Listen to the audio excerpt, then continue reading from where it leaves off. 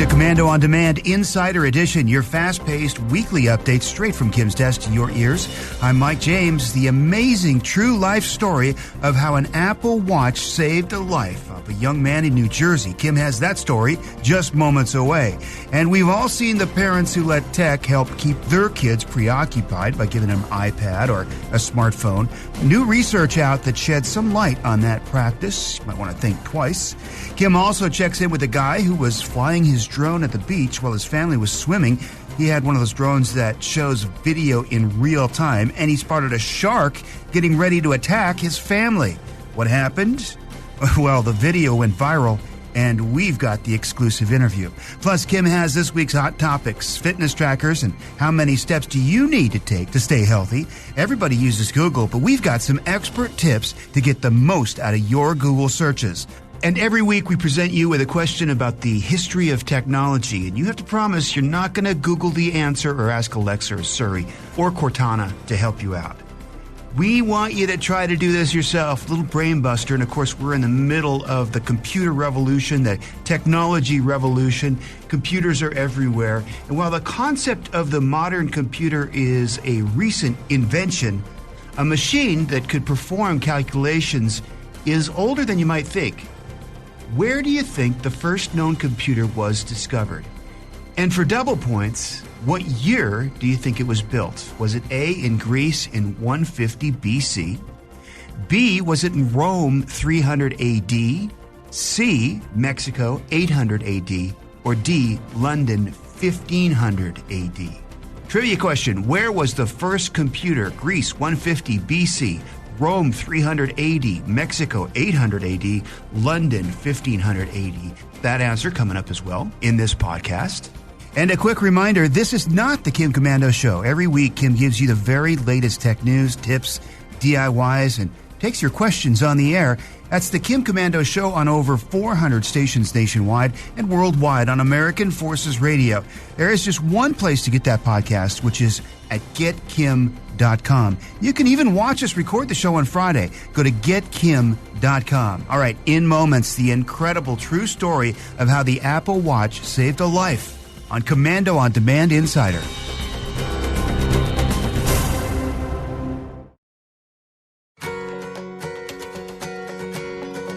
Every once in a while, we hear an amazing story of how technology fundamentally changes the life of a person.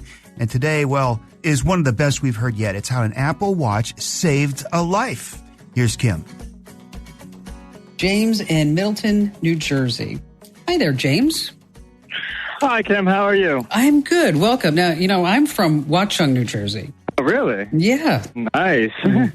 So I understand that you were out there hiking. You were on a date, and the date did not go exactly as planned?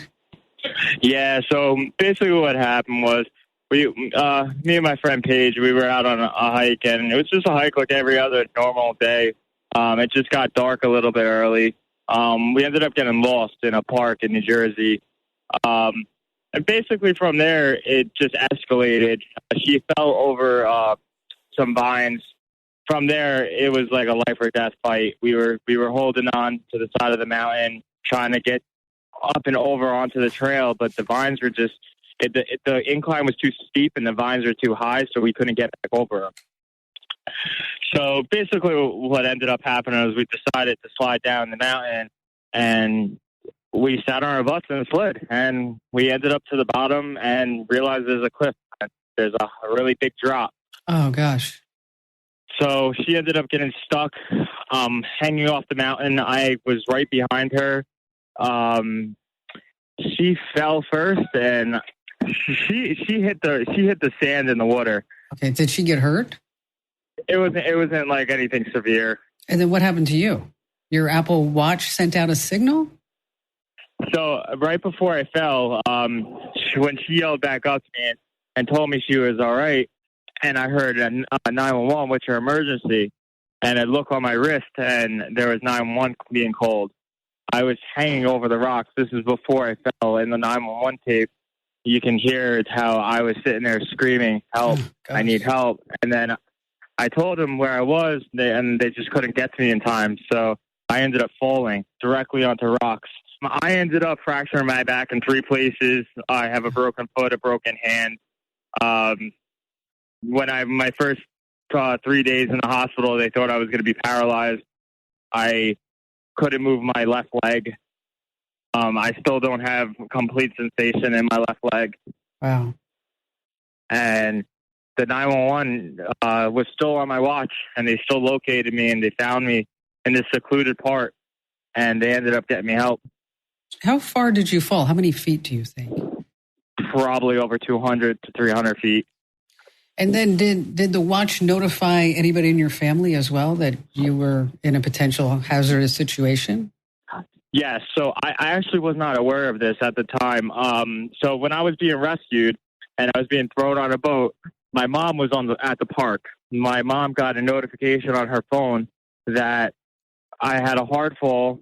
It then showed her a location of where I was, and out of being a mother's instinct, she followed it, and she found all the rescue workers saving me. Oh, gosh, that must have been heart-wrenching. I could only imagine her instances. Mm. And so what's your recovery look like now? I got about 10 to 12 weeks. I can't work. I can't do anything. And hopefully then they'll tell me I'm able to go back to work. But, you know, it all depends on if the spine fuses and everything heals correctly. If not, then I might be looking at surgeries. Yeah, gosh, they don't. I hope you don't have to go down that road. Now, what do you think would have happened if you didn't have your Apple Watch on? Honestly, I don't think we would have been found, and I don't think I would have got the help I needed as soon as I needed it. It really did decrease the response time for EMS and the park rangers and the police to find me. I literally, this happened about 3 days prior. I bought everything Apple. I went to Sprint and I purchased a new phone, my earbuds, and a watch. Wow. And I can tell you, I had every single one of these Apple products on me in this hike. My phone was dead. The only thing I had was my watch, and that thing saved my life. That's, you know what, that's a strong testament to technology. Now, so I think the next time you and Paige want to go on a date, I'm not even going to suggest bowling. I'm thinking maybe just like a dinner. You know what I mean?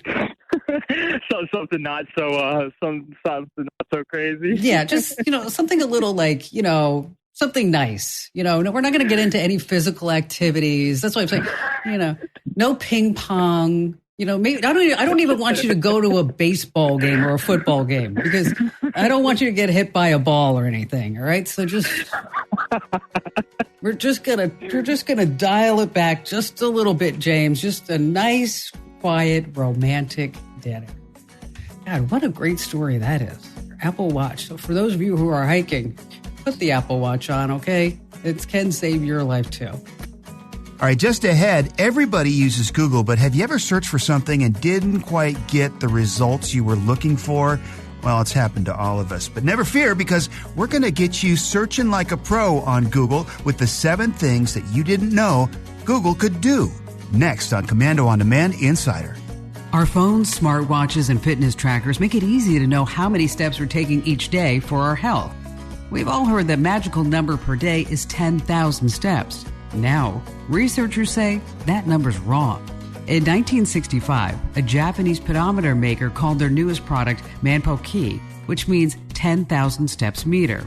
And tech companies have used this to tell us to reach a daily goal of walking about 5 miles. But lace up your shoes again. The University of Warwick study has found that's not enough. We really should be getting at least 15,000 steps per day in order to have healthy BMIs, smaller waists, lower cholesterol and blood pressure, and better blood sugar control. And try to get at least 100 steps per minute. Worried about your privacy and your Amazon Echo? In Kim's new ebook, How to Use Your Amazon Echo Tips and Tricks, you'll learn how the pros use Alexa and still maintain privacy. Get advice you can trust. Search Kim Komando on your Kindle to get your copy now.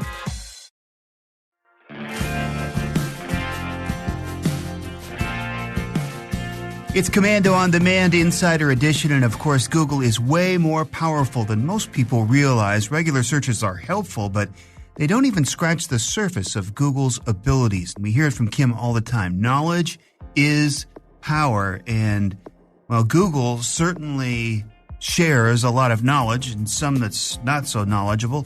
But at any rate, your basic search inquiries may not be enough. Or you may need a tip here and there to get the best results from Google. Fair warning, you can't mention Google without also mentioning that they are tracking you.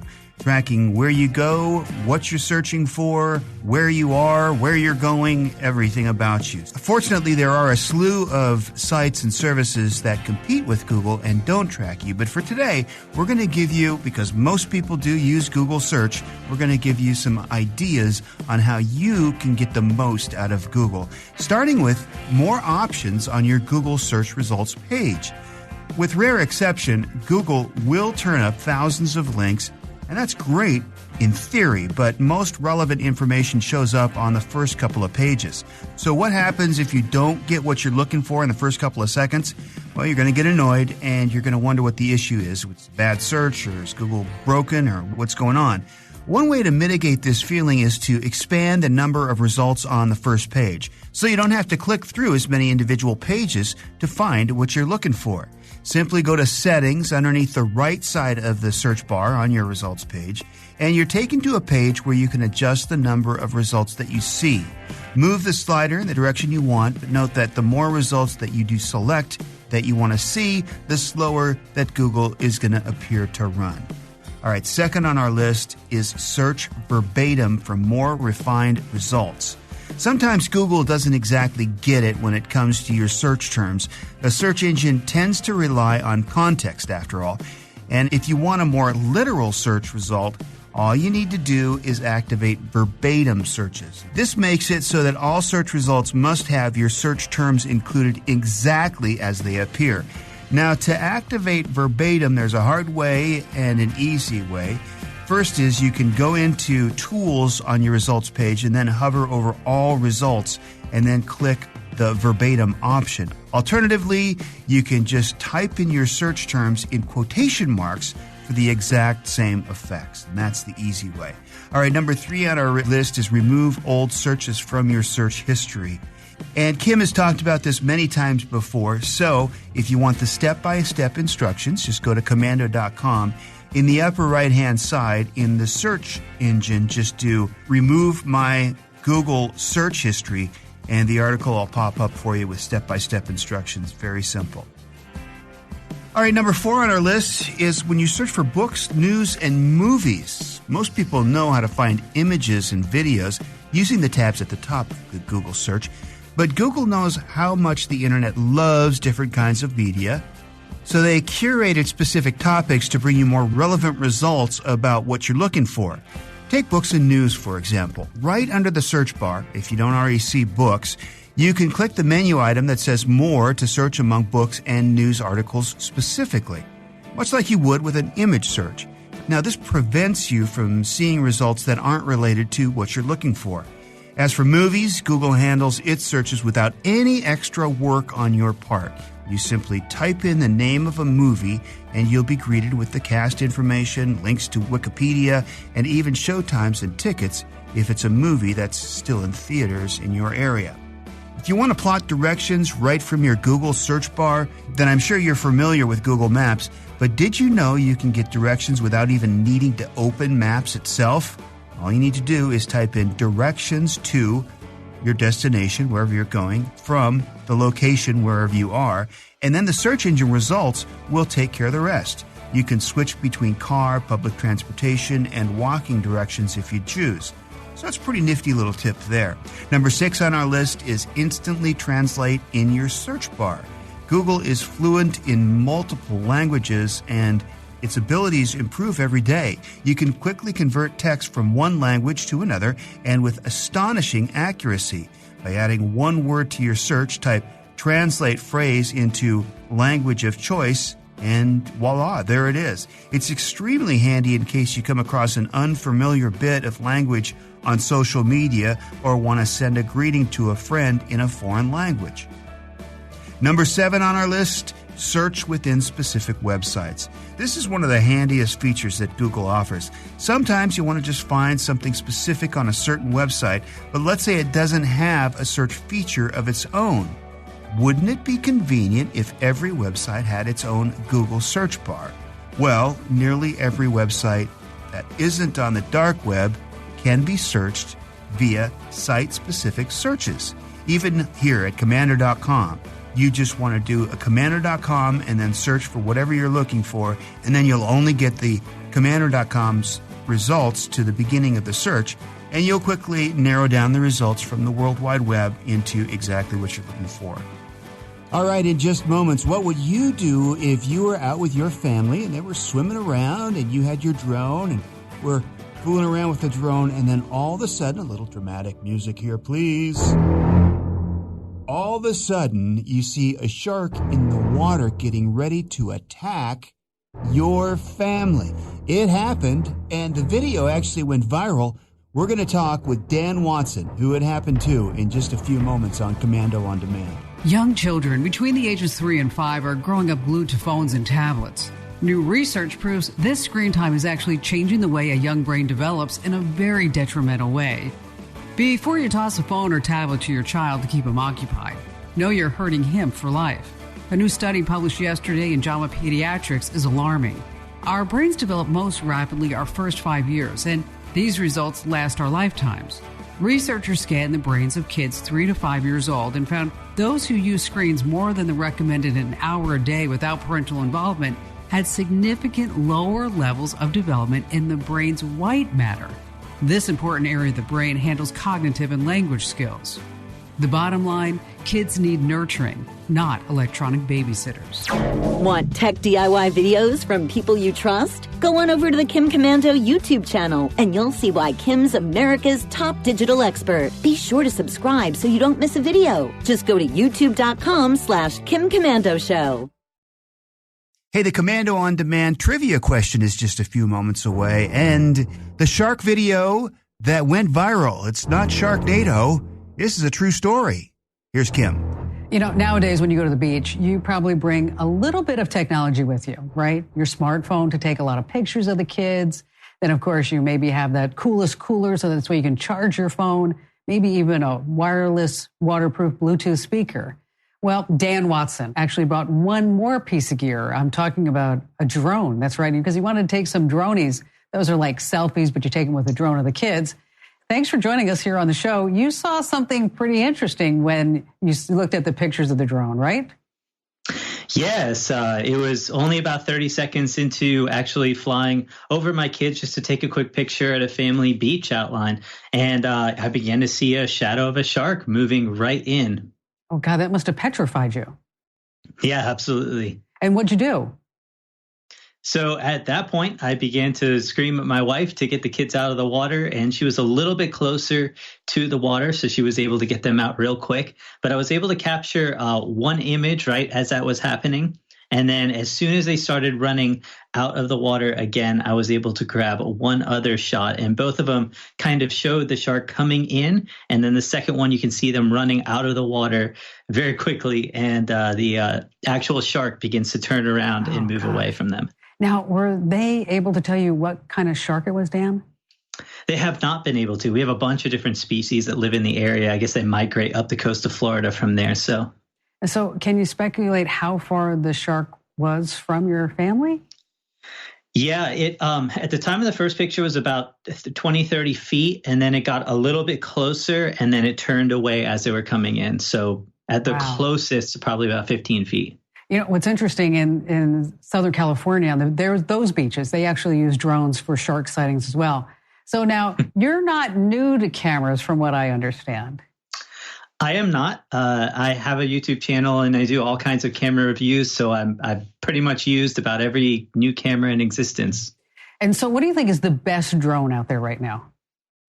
So right now, DJI is pretty much the only one making really solid drones right now for whatever reason. And the Mavic Air is kind of that sweet spot for someone who's getting into drones, but still wants some really good videography or photography from it.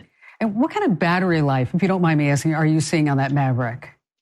Yeah, so essentially you can get just over 20 minutes. The problem with a drone is that you don't want to fly it until the battery completely runs out. So always expect a little bit below that, because at 20 minutes or 20% left, you're going to want to start to land it, or at least make it really close to you so that you don't fall from the sky when it gets to zero. That's never a good thing.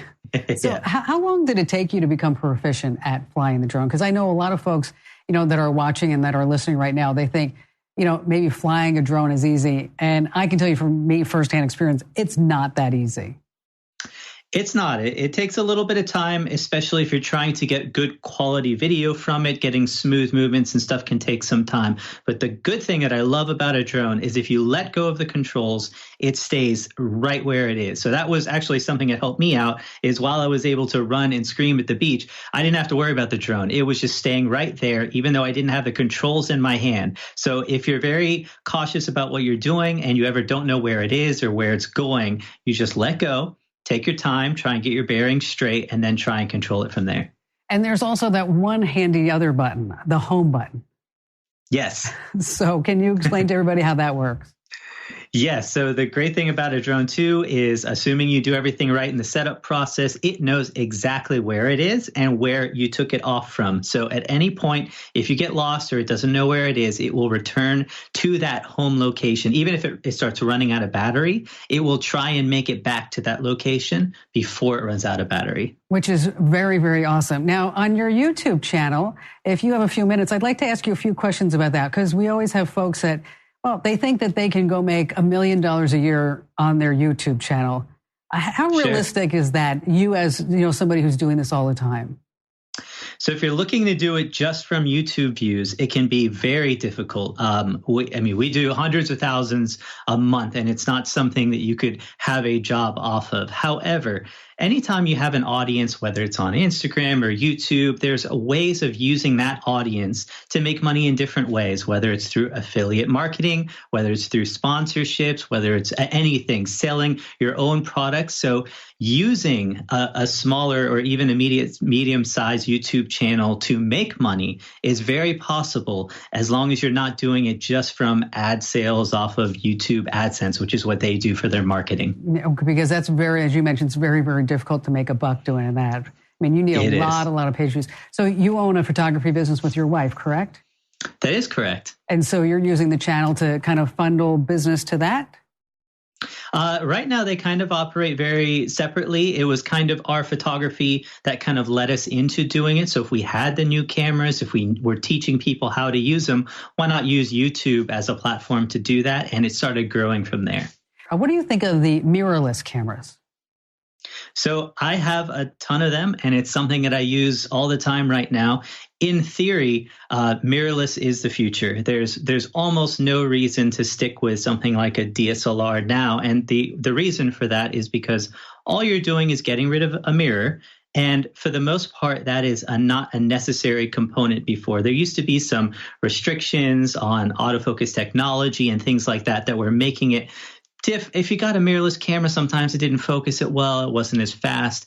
But for now, I'd say mirrorless is the future. And most camera manufacturers are now going into that direction. Even Canon, Nikon, Sony, all of them have mirrorless cameras that are doing really well. Yeah, I actually have a Fuji that I love. That's why I was curious. Yes. Yes. And finally, I want to ask you one question, because everybody always asks me this question. If you have a smartphone, say an iPhone, it's got a great camera on board, why do you need to carry a separate camera? The reasons have gotten a lot less. So your smartphones are doing much better. And the reason they're able to do better is because most of them are taking multiple pictures, and the computers in those are so powerful. They can take those multiple images and make one amazing image. So from a standpoint of just shooting something, just bringing out your phone, clicking in auto and having a picture, they do a great job. Where they kind of fall apart is if you want to start editing them, you want to start printing, you want to zoom, you start getting into low light. These are some areas where mirrorless cameras or larger sensor cameras are still an advantage for you. Well, I guess I have one more question, if you don't mind. The question is that, do you think you'll ever go to the beach again with your family without your drone? It will be tough. And if we do, we'll definitely be sticking in shallow water, building sandcastles, something like that. I hear you. Hey, thanks for joining us, Dan. And we're going to put a link over to your YouTube channel so folks can learn more about you and see your camera reviews. And thanks for your time today. Absolutely. Thank you so much. And you see, ladies and gentlemen, it's just the power of technology. And if you have a story that you'd like to share with us, or maybe something that you saw on the news, hey, let me know about it. Go to komando.com, and at the bottom of every page, there's a link that says Contact Us. Hey, did you take a guess on our Komando On Demand Insider Trivia question? We're smack dab in the middle of a computer revolution and a technology revolution. While the concept of the modern computer is a recent innovation, a machine that could perform calculations is older than you might think. Where do you think the first computer was discovered? And for double points, what year do you think it was built? Was it in Greece in 150 BC? B is Rome, 380. C is Mexico, 800 AD. And D is London, 1500 AD.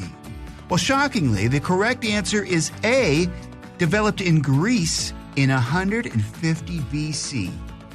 I'm not sure I'm going to be able to pronounce this correctly. Antikythera, we'll say, a mechanism was a device that was built between 150 and 70 BC and was used to track the movements of the stars, the sun, and the moon. Even though those ancient people were sophisticated enough to build these devices, it seems that the knowledge was lost for another 2,000 years. Hey, thanks so much for listening to Komando On Demand Insider Edition. We appreciate it. Don't forget to subscribe so you'll get these downloaded to your device every single week automatically. We've got another Komando On Demand that comes out earlier in the week as well. And here now is Kim with some final thoughts. It seems weird to think that before Facebook, all these crazy thoughts just stayed in people's heads. You know what I'm talking about. Anger and sometimes vile over anything and everything political. Dirty, ugly family confessions, and I love this, arguments that turn into nothing other than public shaming. There's never a bad day, only the perfect meal and sunset, child, dog, house, and spouse. Oh, and let's not forget conspiracy theories and fake news on it. Facebook has 2.3 billion monthly active users. At last count, the average person spends a little under an hour every single day on Facebook. And let me tell you, that's an hour too long. One of the most liberating things I have done in the last year is not checking my Facebook account. It's freedom from what easily turns into a huge time suck. The way Facebook is programmed is designed specifically to feed an addiction. So the more you check Facebook and the more time you're on it, the more you're giving into big tech data tracking and marketing. Think of all the years cigarettes were sold without any warning labels. Someday, we may have warning labels on tech. And until then, be strong and, hey, put the screen down and get a little fresh air. You may just come out of the house and find yourself squinting at the sun.